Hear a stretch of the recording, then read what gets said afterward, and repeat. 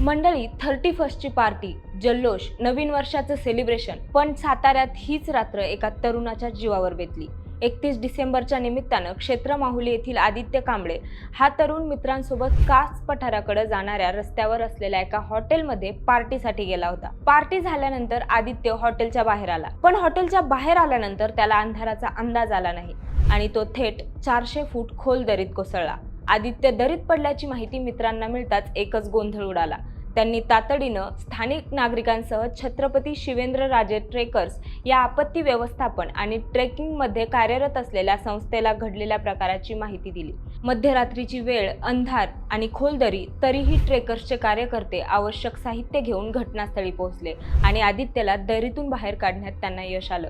सध्या आदित्यवर उपचार सुरू असून त्याची प्रकृती स्थिर असल्याची माहिती सूत्रांनी दिली आहे। तसंच वेळेवर मदत केल्यामुळे आदित्यचे प्राण वाचले आणि त्यामुळे ट्रेकर्सच्या कार्याचं सगळीकडे कौतुक केलं जातंय।